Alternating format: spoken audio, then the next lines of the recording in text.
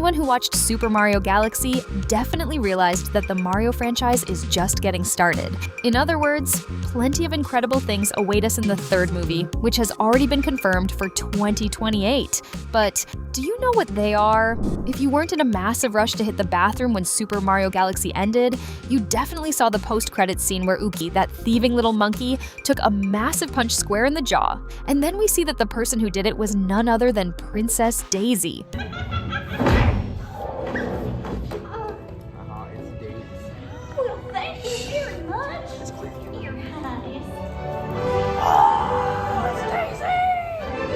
Because of this, it's more than confirmed that she will be in the third movie of the franchise. And anyone who plays the Mario games knows that just as Mario is in love with Peach, Luigi is in love with Daisy. Basically, these guys want to join a royal family by any means necessary. However, unlike his older brother who is totally clumsy and afraid to show his feelings, it's obvious that Luigi, even being the more awkward one, doesn't have those hang-ups. He even gave his brother some tips in Super Mario Galaxy.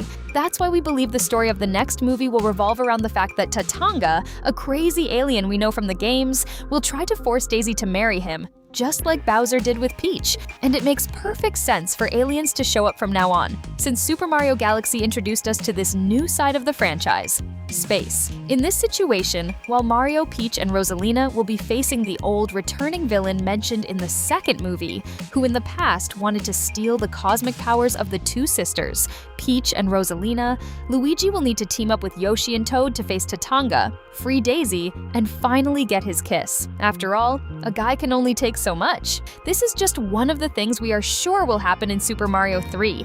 Get ready, because this video is going to blow your mind. We discovered in Super Mario Galaxy that Peach and Rosalina are sisters who, together, possess immeasurable cosmic power. But the truth is that this power didn't just appear out of nowhere, it was actually inherited. And the ones responsible for this are the parents of the two princesses. And logically, the parents of princesses are always the king and queen. Don't you agree? While in the official Mario lore they aren't mentioned much, it's practically certain that in the third Mario movie, both the king and queen will not only appear but will play a very important role as they seek out their two daughters to try to take them back to their original kingdom, which is likely an ancient and distant interdimensional cosmic realm, light years away from everything they know. However, if the sisters agree to do this, Rosalina would need to abandon her cute and precious Lumas, and Peach would leave the innocent Toads adrift and unprotected in the Mushroom Kingdom, not to mention that she and Mario would never see each other again. And between you and me, Super Mario Galaxy makes it clear that the Mushroom Princess also feels something for the short plumber. So, this will definitely be a difficult decision to make, but it's something the family will surely resolve together, as it should be. We know that Bowser has a son, Bowser Jr.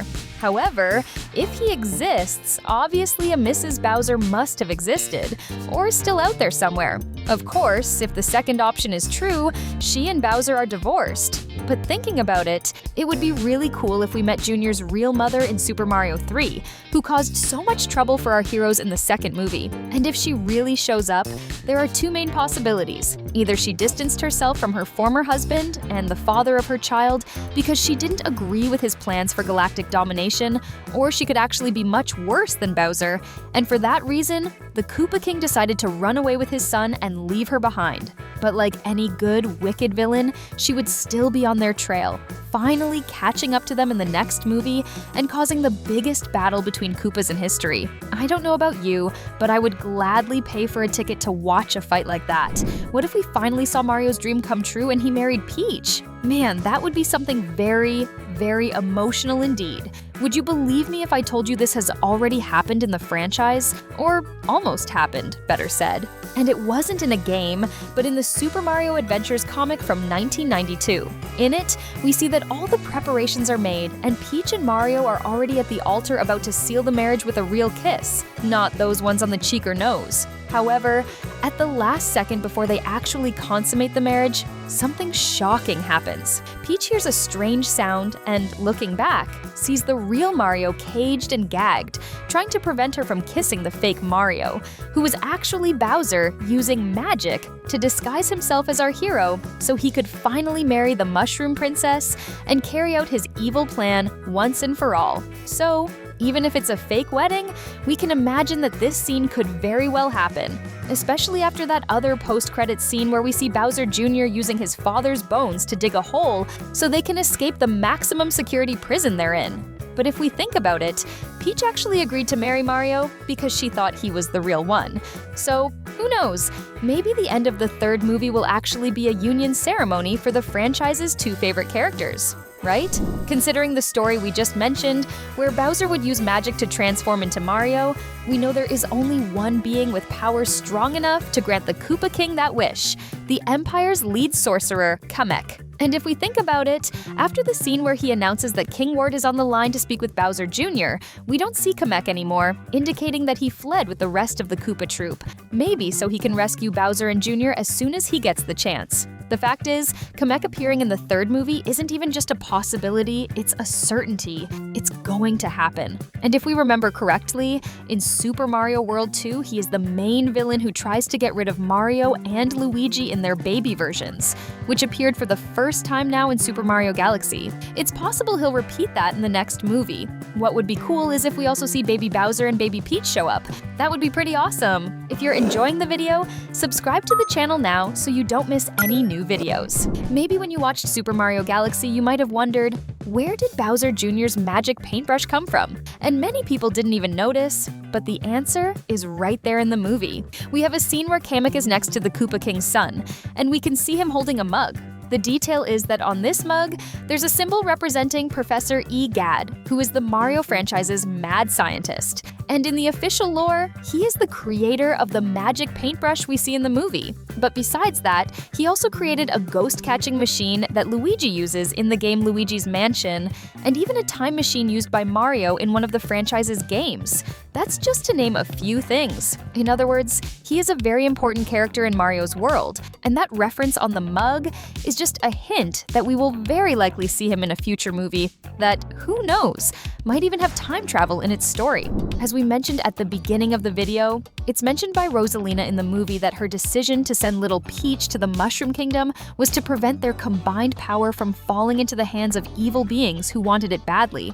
But who would these beings be? Our guess is that the most likely person, who will definitely be in Super Mario 3, is Cackletta. She is a macabre witch who wears a purple cloak and has a giant, terrifying smile. Appearing for the first time in the game Mario and Luigi, Superstar Saga from 2003.